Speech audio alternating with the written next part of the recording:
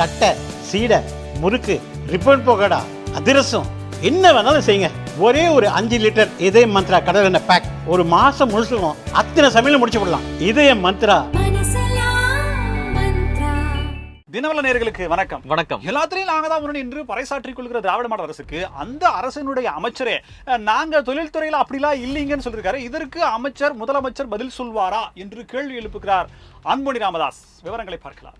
கட்சியில தந்தைக்கும் மகனுக்குமான பிரச்சனையால கட்சியில இருக்கக்கூடிய நிர்வாகிகளுக்கு அடுத்தடுத்து உடல்நலக் குறைவானது ஏற்படுது. முழுமையான விவரங்களை வீடியோக்குள்ள பார்க்கலாம். அரசுக்கு அளிக்கக்கூடிய மனுக்கள்ல 30 நாள் எவ்வளவு 30 நாள்ல நீங்க பதில் சொல்லணும், இல்லைன்னா உங்களுக்கு அபராதம் என்று உயர்நீதிமன்றம் சொல்லியிருக்கு. ஆளுநரையே நாங்க சாட்சி விட்ட முடியலன்னு சொல்லி மார்தட்டிக்கிற அரசுக்கு நீதிமன்றம் செக் வச்சிருக்கு. விவரங்களை பார்க்கலாம். திமுக கூட்டணியில ஓட்டை விழுந்திருக்கு அப்படின்னு சொல்லி அதிமுகவுடைய முன்னாள் அமைச்சர் வைகை செல்வன் அவர்கள் ஒரு குண்டை போட்டிருக்காரு. என்ன நடந்திருக்கு அப்படின்ற விவரங்களை வீடியோக்குள்ள பார்க்கலாம். திராவிட மாடல் அரசு 4 வருஷமா நடத்துறோம். இது பொன்னான ஆட்சி, காமராஜருக்கு மேல நடக்கிற ஆட்சி. ஆனா இங்க இருக்கிற மக்கள் தான் தெரியல. ஆனா ஆப்பிரிக்காவில் இருக்கக்கூடிய தான்சானியா மக்களுக்கு தெரிஞ்சிருக்கு. அதனாலதான் அவங்க படத்தை வச்சு ஆட்டாங்கன்னு சொல்லி விளம்பரப்படுத்துறாங்க. ஆனா அதுல இருந்த விஷயத்தை பார்க்கலாம். ஒன்றிய அரசாங்கம் தமிழர்களுடைய அந்த நாகரிகத்தை, கீழடியினுடைய அந்த பண்பாட்டை அங்கீகரிக்க மறுக்கிறாங்க அப்படின்னு சொல்லிட்டு திமுகவுடைய மாணவர் அணி மதுரையில ஒரு ஆர்ப்பாட்டத்தை நடத்தியிருக்காங்க. இதன் பின்னாடி ஒரு அரசியல் இருக்கு. அதை வீடியோக்குள்ள பார்க்கலாம். இதை பத்தி தான் இன்னைக்கு நம்ம பார்க்க போறோம். இது சைட்லைட்ஸ்.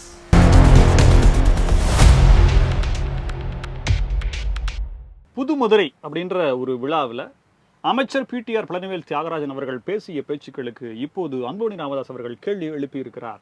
PTR அவர்கள் அமைச்சராக இருக்காருங்களா? இருக்காரு, அமைச்சரா இருக்காரு அப்படின்றத நம்ம நம்புவோம். ஏன்னா அமைச்சரவையில் இருக்கார். அப்படிங்க. கடைசி சீட்டுனால சீட்டு தானே என்ற மாதிரி அதிகாரம் இல்லைன்னு வருத்தப்பட்டாரு. அதாவது திராவிட மாடலால் ஏதோ அமைச்சராக இருக்க வைக்கப்பட்டாலும் தமிழக மக்களால் அவர் தான் அமைச்சர்னு சொல்லி போற்றப்படக்கூடிய அமைச்சர். இதை சொல்றதுல நம்ம எந்த வித கூச்சமோ தயக்கமோ தேவையில்லை. ஏன்னா அந்த அளவுக்கு நேர்மை, உண்மை, நியாயம், தர்மத்துல போகக்கூடிய ஒரு அமைச்சர், பொறுப்புல இருக்கக்கூடிய அமைச்சர். 26ல சீட்டு கூட வேணான்னு சொல்றாரு. வெளிப்படையா சொன்னார், எனக்கு கொடுத்தா நான் வேலையை சரியா செய்வேன், எனக்கு யாரும் வரக்கூடாது, கொடுக்கல கேட்டு போடக்கூடாது, சும்மா நீங்க கேட்டை போட்டுட்டு இருந்தீங்கன்னா நான் எப்படி வேலை பார்க்குறேன், அப்படிப்பட்ட வேலையை எனக்கு தேவையில்லைப்பா அப்படின்ற மாதிரி. இன்னும் 17 ஜென்மத்துக்கு எங்களுக்கு சொத்து இருக்குது, நாங்க உட்காந்து சாப்பிட்டுக்கிறோம் அப்படின்னு அவர் பேச அந்த கதியில் அவர் இருக்கிறாரு. பட் என்னன்னா அவர் ஒரு கருத்து தெரிவிச்சிருக்காரு. என்னன்னா தென் மாநிலங்கள்ல கர்நாடகா, தெலுங்கானா, ஆந்திரா போன்ற மாநிலங்கள் அளவுக்கு புதிய தொழில்களை, புதிய முதலீடுகளை தமிழகம் ஈர்க்கல அப்படின்ற மாதிரியான குற்றச்சாட்டு வைக்கல, வருத்தத்தை பதிவு பண்ணிருக்காரு. ஈர்க்கலையா? ஆமா. ஏன்னா எல்லாத்துலயும் நாங்க தான் ஃபர்ஸ்ட்னு சொல்லி டிஆர்பி ராஜா அவர்கள் அப்படி உழைச்சிட்டு இருக்காரு. தொலைக்காட்சி சேனல்களுக்கு எப்படி டிஆர்பியோ அதுபோல டிஆர்பி ராஜா எங்களுக்கு கேபினெட்டுக்கு டிஆர்பி ராஜா அப்படின்ற மாதிரி சொல்லிருக்காங்க. எவ்வளவு நம்ம முட்டு கொடுக்கணும், எவ்வளவு யூடியூபர்ஸ் வச்சு வேற லெவல்ல கொண்டு போயிட்டு இருக்கோம். இவர் ஒரே ஒரு அறிக்கை விட்டு எல்லாத்தையுமே பலூன் மாதிரி, ஹீலியம் பலூனுக்கு ஓட்ட போட்ட மாதிரி போட்டு விட்டுறான்னு சொல்லி ஒரே விதும்பல் இருக்கிறாங்க. ஸோ இதுக்கு அன்புமணி ராமதாஸ் கேள்வி எழுப்பியிருக்காரு. இப்போ அவர் சொல்லிருக்காருல, இதுக்கு நீங்க என்ன பதில் சொல்ல போறீங்கோ, சொல்லுவீங்களா, உங்களுக்கு தெரியுமா அப்படின்ற மாதிரி கேட்டிருக்காரு. கோடிட்டு கேட்டிருக்காரு. புத்தகம் படிக்கும்போது நம்ம முக்கியமான விஷயங்கள்லாம் அண்டர்லைன் பண்ணுவோம் இல்லையா, அந்த மாதிரி அண்டர்லைன் பண்ணிருக்காரு. எங்க சண்டையா ஊதி பெருக்குறீங்க, இருங்க உங்களுக்கு செக் வைக்கிறேன். ஏற்கனவே அவர் சொன்ன 30,000 கோடி அதுக்கெல்லாம் சேர்த்து பதில் சொல்லுவீங்களா, 2 லீக்கேஜ் ஆகுது, 50% பில்லே இல்லாம அன் அக்கௌண்ட்ல போய் நிக்குதே, இது போக டூப்ளிகேட் சரக்கு வேற ஓட்டுறீங்களே அப்படின்ற மாதிரி சொல்லிருக்காரு. ஒரு பக்கம் கல் இருக்க அனுமதினு ஒருத்தர் கேட்டிருக்காரு, ஒரு பக்கம் டாஸ்மாக்ல, இப்படி பல பிரச்சனைகள் ஓடிக்கொண்டிருக்கும் போது இதுக்கு நீங்க பதில் சொல்லுவீங்களான்ற கேள்வி அவர் எழுப்பியிருக்காரு. இது களிப்போடு இருக்கக்கூடிய முதலமைச்சருக்கு இந்த தகவல்கள் சென்று சேருமா என்கின்ற ஆவலோடு காத்திருக்கிறார்கள் தமிழக மக்கள். திருச்சியில வைகை செல்வன் அவர்களை திருமாவளவன் அவர்கள் சந்திச்சாரு, அல்லது 2 பேர் சந்திச்சிட்டாங்க அப்படின்னு நம்ம. திருமாவளவன் வைகை செல்வன் சந்திச்சார், சரி ஏதோ 2 பேர் சந்திச்சிட்டாங்க இல்லையா. அது தமிழக அரசியல் எந்த பரபரப்பையும் ஏற்படுத்தல. ஆனாலுமே பத்திரிகையாளர்கள் இல்லையே, அதுக்கு பதறிதானே நேத்தே அவர் அறிக்கை விட்டார். நம்ம சைட்லைட்ஸ்ல பேசணுமே, அது இப்படிதான் நடந்தது, இதெல்லாம் நடந்தது, இதுக்காக தான் அவர் பார்த்தாரு, வேற எல்லாம் ஒண்ணும் இல்லைங்க, நீங்க பாட்டுக்கு கதை, திரைக்கதை, வசனம், பாடல்கள், இசையெல்லாம் போட்டுறாதீங்க அப்படின்னு சொல்லி அவரே சொல்லிட்டாருங்களா. ஆனா வைகை செல்வன் அவர்கள் இன்னைக்கு என்ன சொல்லியிருக்காரு அப்படின்னு பாத்தீங்கன்னா, காஞ்சிபுரத்துல ஒரு ஆர்ப்பாட்டம், அந்த ஆர்ப்பாட்டம் முடிஞ்ச பிறகு பிரஸ் மீட் வைக்கிறாங்க. அதுல பத்திரிகையாளர்கள் கேட்கறாங்க, திருச்சியில நீங்க மீட் பண்ணீங்களே திருமாவளவன் அவர்களை, என்ன ஆச்சு, கூட்டணிக்குள்ள ஏதாவது உடைச்சலா அப்படின்லாம் கேட்கறாங்க திமுக கூட்டணிக்குள்ள. அதுக்கு அவர் சொல்றாரு, திமுக கூட்டணி கூட்டணிக்குள்ள ஒரு ஓட்டை விழுந்திருக்கு, இது முதல் கட்டம் தான், நீங்க வெயிட் பண்ணி பாருங்க, அடுத்தடுத்து பொதுவா சொல்றாருங்க. அது விசிகா நீங்க எப்படி சொல்றீங்க, பொதுவா கம்யூனிஸ்டா கூட இருக்கலாம், இல்ல அவங்க கேக்குறாங்க கூட இருக்கலாம், இல்லங்க பத்திரிகையாளர்கள் கேக்குறாங்க. இருக்கட்டுங்க, அது விசிகா கிடையாதுங்க, நாங்க ஃபெவிகால் வச்சிருக்கோம், அதை ஒட்டிட்டோம் நாங்க. அதனால விசிகா திமுகவோடு இணக்கமாக இருக்கிறது, அதிக தொகுதிகளை கேட்கும், நாங்கள் எப்படியோ பேசி கூசி நாங்க வாங்கிக்குவோம். மற்றபடிலாம் எங்களுக்கு ஒன்றும் இல்லை, எங்களுக்கு தேவை சீட்டு அவ்வளோதானே. திருமா அவர்கள் வந்து அப்போல இருந்தே இந்த மாதிரியான பேசுபொருட்களை ஏற்படுத்திக்கிட்டே இருக்காரு. ஆனா நம்ம வந்துருவார் போலயே அப்படின்னு ஊதி மக்கள் பேசும் பொழுது நான் போக மாட்டேன், கொள்கை கூட்டம், நான் இங்க தான் இருப்பேன் அப்படின்னு சொல்லி உறுதிப்படுத்துவாரு. அதே போல வந்து இப்பொழுதும் உறுதிப்படுத்துவாரு அப்படின்னு மக்கள் வெயிட் பண்ணிட்டு இருக்காங்க. வெயிட் பண்ணி பார்க்கலாம். திமுக கூட்டணியில ஓட்டைகள் விழுதா, ஒண்ணு ஆட்சியில பங்கு இல்லைன்னா கெட் அவுட் பங்கு அப்படின்ற மாதிரி தான் இருக்கு. அவரு கேட்கவே இல்லையே, கொடுக்கணும் இல்ல, அது கேட்கணுமா அப்படின்ற மாதிரில இருக்கு. நீதிமன்றத்தில் வழக்கு விசாரணைக்கு போகும்போது ஒரு அதாவது வாதாடக்கூடிய வக்கீல் வந்து மாதிரி பொதுநல வழக்கு மாதிரி ஒரு வழக்கு இருக்குங்க. இந்த மாதிரி மனு கொடுத்தா எதுவுமே பதிலே பேச மாட்டாங்க, அது கிணத்துல போட்ட கல் மாதிரி இருக்குது.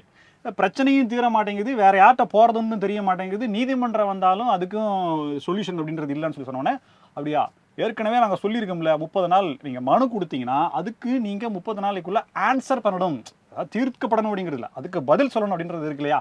அதை நீங்கள் ஏன் கவனிக்க மாட்டேங்கிறீங்க? ஒரு வேளை இனிமே அப்படி கவனிக்கல அப்படின்னா உங்கள் மேலே பிராது யாருன்னா கொடுத்தாங்க அப்படின்னா தண்டம் போடுறோங்கோ, 25K அவங்க வாங்க சம்பளத்துக்கு. ஆமாம், 25,000 அபராதம் போடுறோம் அப்படின்ற மாதிரி. இல்லை 25,000 சொல்ல, எவ்வளோ நாள் அப்படிங்கிறத பார்த்து ஒரு நாளைக்கு நீங்கள் ஏன் ஃபைன் போடக்கூடாது அப்படின்ற மாதிரி சொல்லியிருக்காங்க.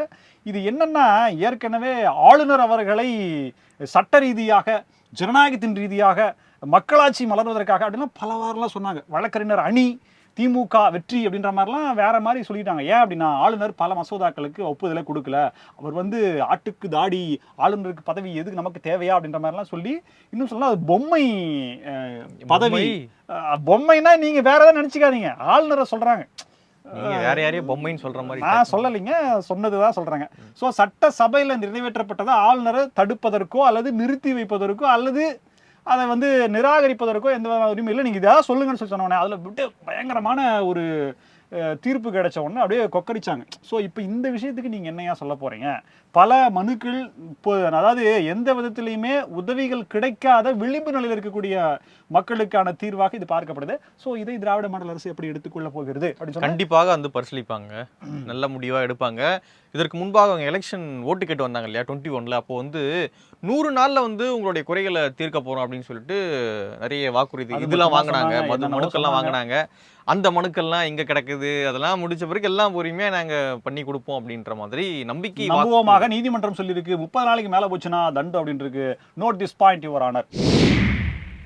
இன்று மதுரையில் திமுகவுடைய மாணவர் அணி கண்டன ஆர்ப்பாட்டத்தை வந்து மேற்கொள்கிறாங்க. என்ன காரணம், எதனால் இந்த கண்டன ஆர்ப்பாட்டத்தை மேற்கொள்கிறாங்க அப்படின்னு தேடி ஆராய்ந்து பார்க்கும் பொழுது அவங்க என்ன சொல்கிறாங்கன்னா, கீழடி தமிழர் தாய்மடி. ஆர்ப்பாட்டம் எப்படிங்க நடந்தது? அப்படியே எந்திரன் 3.0 பார்க்குற மாதிரி எல்லாமே மு.க. ஸ்டாலின் முதலமைச்சர் அவர்களுடைய முகமூடியை போட்டுக்கிட்டு வேற லெவல் அப்படியே எல்லாமே முகமூடி அப்படின்ற மாதிரி போட்டு வேற லெவல் பண்ணு வைப்ல இருக்காங்க அவங்க. 2026 200 to 3000 இந்த தகவல் எனக்கு தெரியலையே. அப்படி நீங்க சொல்ற 3000 இல்லைங்க, எல்லாருமே அந்த கலந்து கொண்ட நபர்களுடைய எண்ணிக்கை முகமூடி ரெடி பண்ண அந்த காசு ஆயிருக்குன்னு சொல்றேன். பாத்தீங்களா, சூப்பரா சமாளிக்கிறாருல. சரி, ஓகே, நீங்க கண்டென்ட் அப்படி ஆயிருக்கு. ஸோ அதனால வந்து நல்ல ஒரு கூட்டம் கூடியிருக்கு. என்ன காரணம் சொல்றாங்கன்னா, கீழடி தமிழர் தாய்மடி இந்த அறிக்கையை வந்து நாங்கள் சப்மிட் பண்ணோம். இங்கே தொல்லியல் ஆய்வு பண்ண அறிக்கையை வந்து தமிழ்நாடு அரசு சப்மிட் பண்ணிச்சு. ஆனால் மத்திய அரசு ஏற்க மறுக்குது அப்படின்னு சொல்லிட்டு ஒன்றிய அரசு தமிழ்நாட்டை வஞ்சிக்குது, அவங்களுக்கு அந்த பிடித்தமான வார்த்தைகள்லாம் கூறி அந்த ஆர்ப்பாட்டத்தை வந்து நடத்தி முடிச்சிருக்காங்க.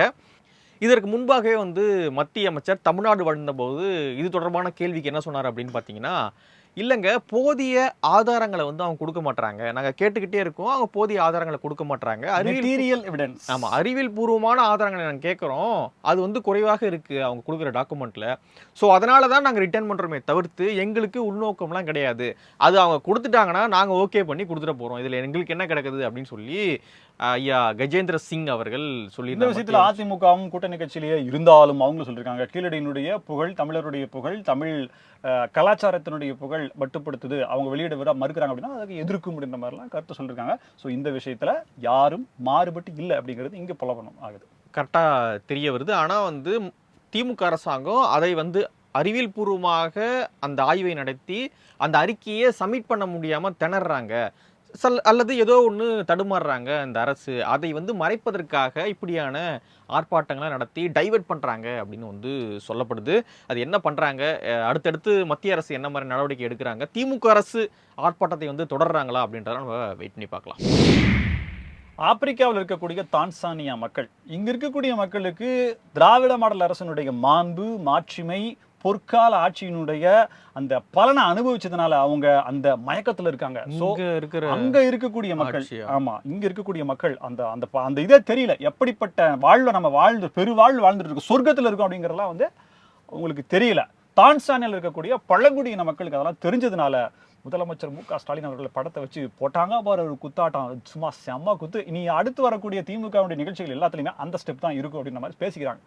இது பார்த்தா ஃபேக்ட் செக்னு சொல்லி ஒரு குழு வச்சிருக்காங்க. எந்த வீடியோ வந்தாலும் இது அப்படி இப்படின்னு சொல்லி தமிழ்நாடு ஃபேக்ட் செக்காங்க, அதான் சொல்றேன், அந்த நிறுவனம் வச்சிருக்காங்க. 1.5 மணி நேரத்துக்கு பேசுற ஒருத்தர் இந்த வீடியோ அவர் கண்ணுக்கு போகலையா, இல்ல கண்டும் காணாத போல இருந்தாலா, இல்ல மாசம் 1.5 லட்சம் தனக்கு வர சம்பளம் கொடுப்பீங்களா நீங்க, மாசம் 1.5 லட்சம் தனக்கு வரனால இதை கண்டுக்காம விட்டுட்டாரான்ற பல கேள்விகள் முன்வைக்கிறாங்க. இருந்தாலும் எந்த விஷயம் நடந்தாலும் திமுக இது நல்லதுக்கு இல்லையே அப்படின்ற மாதிரி பார்க்கக்கூடிய நிறுவனங்கள் யோசிச்சுட்டு இருக்கும் போதே இதை ஒரு நிறுவனம் எடுத்து போட்டிருக்கு. அதாவது வெல்ஃபேர் ஆஃப் africa.net அப்படின்ற மாதிரி ஒரு இணையதளம் இருக்கு. அந்த இணையதளத்துல போய் நீங்க ஒரு 3000 ரூபாய் இந்திய மதிப்புல ஒரு $40 தான் கொடுத்தீங்க அப்படின்னா, நீங்க யாரு படத்தை வேணா கொடுத்தாலும் அவங்களுக்கு சிறப்பு செய்யும் விதமா அவங்க ஒரு குத்தாட்டத்தை போட்டு நீங்க கொடுக்குற எந்த டிசைன்ல உடையோ, நீங்க அந்த வீடியோல பாத்தீங்கன்னா கூட அதுல கருப்பு சிகப்பு உடைய தான் போட்டிருப்பாங்க, ட்ரெஸ் தான் போட்டிருப்பாங்க.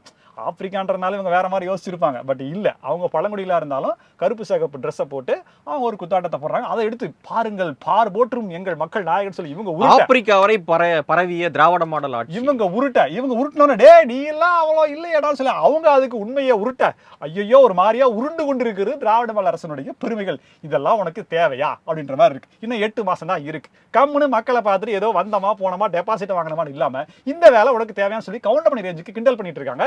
இதை தாண்டி இந்த நியூயார்க் ஸ்கொயர்ல வந்து நியூயார்க்லயும் டான்ஸா, அதெல்லாம் பழைய சம்பவங்கள் நினைவு கூற வேண்டாமா, அது பெரிய வால்ல போட்டாங்க பாத்தீங்களா. ஆமா ஆமா, ஸ்டாலின் அது இல்லங்க, அதுக்கும் பணம் கொடுத்து தான் போட்டது அப்படின்ற மாதிரி. அது வேற எங்கேயோ அந்த கொய்த்தோ இது கத்தாரோ நினைக்கிறேன். அது வந்து நீங்க புர்ஜ் கலிஃபா இது நியூயார்க் டைம்ஸ், அது சதுக்கம், நியூயார்க் சதுக்கம் கார்னர், அதுல போட்டா அதுக்கும் பதிலாக காசு கொடுத்தா யாரு போட்டா வேணாங்க போடுவோம் ஐயா அப்படின்ற மாதிரி அவங்க சொல்ல எதுக்குங்க. அதாவது முதலமைச்சருக்கு ஆல்ரெடி பார் போற்றும் புகழ் இருக்கு. திருவள்ளுவர் எழுதிய திருவள்ளுவருக்கு அடுத்தபடியா தமிழ்ல அனைவருக்கும் தெரிந்த நபர் யாருன்னா நம்ம முதலமைச்சர் தான். இதை யாரும் மாற்ற முடியாது. அப்படி இருக்கும்போது நீங்க புகழுக்கு புகழ் ஏன் சேர்க்குறீங்க அப்படின்ற மாதிரி எல்லாரும் கோவப்படுறாங்க. அமைதியா இருந்தீங்கனாலே அம்சமா இருக்கும் ஐயா, நீ ஏதோ பண்றேன்னு போய் உனக்கு கிடைக்கிற 200 ரூபாய்க்காக இப்படி புகழை சேர்க்கிறேன் என்று இகழ்ந்து கொண்டிருக்கிறாய் என்று இவரை யாரோ இகழ்ந்து கொண்டிருக்காரு. அவர் பேர் சுகுமாராங்க, அவர் அங்க டாக்டரா இருக்காராம், படிச்சு டாக்டரா போயிருக்காரு. அவரு என்ன சொல்றாங்க அப்படின்னா, இவர் போய் சொன்னார் அந்த மக்கள் கிட்ட, பழங்குடி மக்கள் கிட்ட, எங்க நாட்டுல வந்து ஸ்டாலின் ஒருத்தர் இருக்காரு, அவர் வந்து பழங்குடி மக்களுக்கு நிறைய திட்டங்களை செஞ்சுக்கிட்டு இருக்காரு அப்படின்னு இவர் சொன்னார் இல்லையா. சொல்லிட்டு ஒருத்தர் பேட்டி கொடுத்தாரு, அந்த வீடியோ நானும் பார்த்தேன். அவர் என்ன சொல்றாருன்னா, இலவச பஸ், இலவச படிப்பு, அப்புறம் இலவச உணவுன்றாங்க. இது பழங்குடிகளுக்கும் இதுக்கும் சம்பந்தமே இல்லையே, இது எல்லாருக்கும் தானே கொடுக்குறாங்க. பழங்குடி அங்க இருந்தானே வந்திருக்கோம். எங்களை எல்லாம் பழங்குடி லிஸ்ட்ல சேர்த்துட்டீங்களா? அப்ப தமிழக மக்கள் எல்லாமே தமிழே பழங்குடி லிஸ்ட்ல சேர்த்து விட்டதா அங்க இருந்தானே வந்துச்சு அப்படின்ற மாதிரிலாம் பல கேள்விகள் இருக்குங்கய்யா. ரொம்ப பேசிட்டோம், பாத்துக்கயா, உண்மைகளும் ஃபேக்ட் செக்லாம் கொஞ்சம் வேலை பாருங்க. நாளைக்கு அன்புமணி ராமதாஸ் அவர்கள் தலைமையில, அதாவது 19ஆம் தேதி தர்மபுரி மற்றும் சேலம் மாவட்டத்தில், வருவாய் மாவட்டத்தில், அவங்க வந்து கட்சி மாவட்டம் நிறைய மாவட்டம் பிரித்து வச்சுருப்பாங்க, வருவாய் மாவட்டமாக அது வந்து ஒரு மாவட்டம். அப்படியாக சேலம் மாவட்டத்திலையும் தர்மபுரி மாவட்டத்திலையும் பொதுக்குழு வந்து அன்புமணி ராமதாஸ் அவர்கள் கூட்ட இருக்காங்க. இந்த நிலையில் அந்த மாவட்டங்களை சேர்ந்த, அந்த மாவட்டத்தில் இருக்கக்கூடிய தொகுதிகளை சேர்ந்த எம்எல்ஏக்களுக்கு நெஞ்சு வலி ஏற்பட்டிருக்கு. அவங்க திடீர்னு மருத்துவமனையில் அனுமதிக்கப்பட்டிருக்காங்க. என்னங்க அங்க இருக்கக்கூடிய எம்எல்ஏக்கு நெஞ்சில பொத்தாமதுவா எல்லாருக்குமே வந்துருச்சா? இல்ல, அங்க இருக்கக்கூடிய பாமக எம்எல்ஏ 2 எடுக்கிறவங்க எல்லாம் மர்மமா சாவறாங்கன்ற ஒரு பொருள் வந்துட்டு இருக்கிற மாதிரி நீங்க என்ன வேற மாதிரி சொல்லிட்டு இருக்கீங்க. சேலம் மாவட்டத்தில் இருக்கக்கூடிய எம்எல்ஏ திரு ஒருத்தருக்கு தானே. ஆமா, பாமக எம்எல்ஏ தான். அது என்னங்க போய் உடல்நல வயது மூப்பின் காரணமாக அவருக்கு ஏதோ நேத்து சாப்பிட்ட பஜ்ஜியின் காரணமாக லேசா அடைச்சிருக்கோம், ஒரு குத்து குத்தி விட்டா சரியா போகுது, நாளைக்கு எந்திரிச்சு வர போறாரு. இது போய் நீங்க பாமக எம்எல்ஏ அருள், அப்புறம் தர்மபுரி மாவட்டத்தில் வந்து பெண்ணாகர எம்எல்ஏ திரு ஜி.கே. மணி, இவங்க 2 பேருக்கு வந்து உடல்நல குறைவானது ஏற்பட்டிருக்கு. எதுக்கு நமக்கு பிரச்சனை, அப்பா பக்கமும் போக வேண்டாம், மகன் பக்கமும் போக வேண்டாம், இங்க அதான் பாயிண்ட், ஆஸ்பத்திரிக்கு போயிடுவோம், ஓடிடுறதற்காக நெஞ்சுவலி என்ற நாடகத்தை போடுகிறாரா புத்திசாலித்தனமாக அப்படின்ற கேள்வி இருக்கு. பொறுத்திருந்து பாருங்க. அப்படிலாம் வந்து கிடையாதுன்னு அவங்க சொல்றாங்க. இல்லங்க, உண்மையாவே வயசாயிடுச்சு அவங்களுக்கு, ரிப்போர்ட் வேணா பாருங்க, ரொம்ப இதுல இருக்காங்க, அதெல்லாம் பேசாதீங்க அப்படின்னு அவங்க சொல்றாங்க. இன்னொரு தரப்பு வந்து சமூக வலைதளங்கள்ல இப்படி பேசிக்கிட்டு இருக்காங்க, எந்த பிரச்சனையும் வேணாம் அப்படின்னு முடிவு பண்ண இந்த 2 எம்எல்ஏக்களும் போய் ஹாஸ்பிட்டலில் படுத்துட்டாங்க அப்படின்னு வந்து ஒரு பக்கம் சமூக வலைதளங்கள் எழுதிக்கிட்டு இருக்காங்க. நாளைக்கு தான் தெரிய வரும். ஆனா இந்த ரொம்ப காட்டமா பதில் விடுறாரு. என்னது? எல்லாத்துக்கும் காரணம் திமுக தான். திமுக பாக்குற வேலை தான் அது. பாமக பெரிய அளவுல வளர்ந்துருச்சு. வன்னியர்களோட ஓட்டை யாருக்கு? அந்த ஓட்டை பிரிக்கிறதுக்காகவும் சூழ்ச்சி செய்யுது திமுக அப்படின்னு சொல்லி மேடைக்கு மேடை ஒரே காட்டமா ரொம்ப கோவமா பேசினு. அன்புமணி அவர்கள் நாளைக்கு இந்த கூட்டம் நடக்குதா அல்லது தள்ளி வைக்கிறாங்களா அப்படின்றத நம்ம வெயிட் பண்ணி பார்க்கலாம். ராமதாஸ் அவர்களுமே வந்து முகுந்தன் அவர்களை மீட் பண்ணியிருக்காருங்க. இப்போ அவரால் தான் பிரச்சனையே வந்துச்சு முகுந்தன் அவர்களால். முகுந்தன் அவர்கள் ஆமா ராமதாஸ் மீட் பண்ணிருக்காரு. ஆமாம், ராமதாஸ் அவர்களை முகுந்தன் அவர்கள் மீட் பண்ணியிருக்காங்க. ஓகே, இந்த பிரச்சனை ஒரு மாதிரி முடியாமையே போயிட்டு இருக்கு, முடிச்சு விடுங்க. இதே போல பல புதிய தகவல்களோடு மீண்டும் உங்களை சந்திக்கிறோம். இது சைட்லைட்ஸ். நன்றி.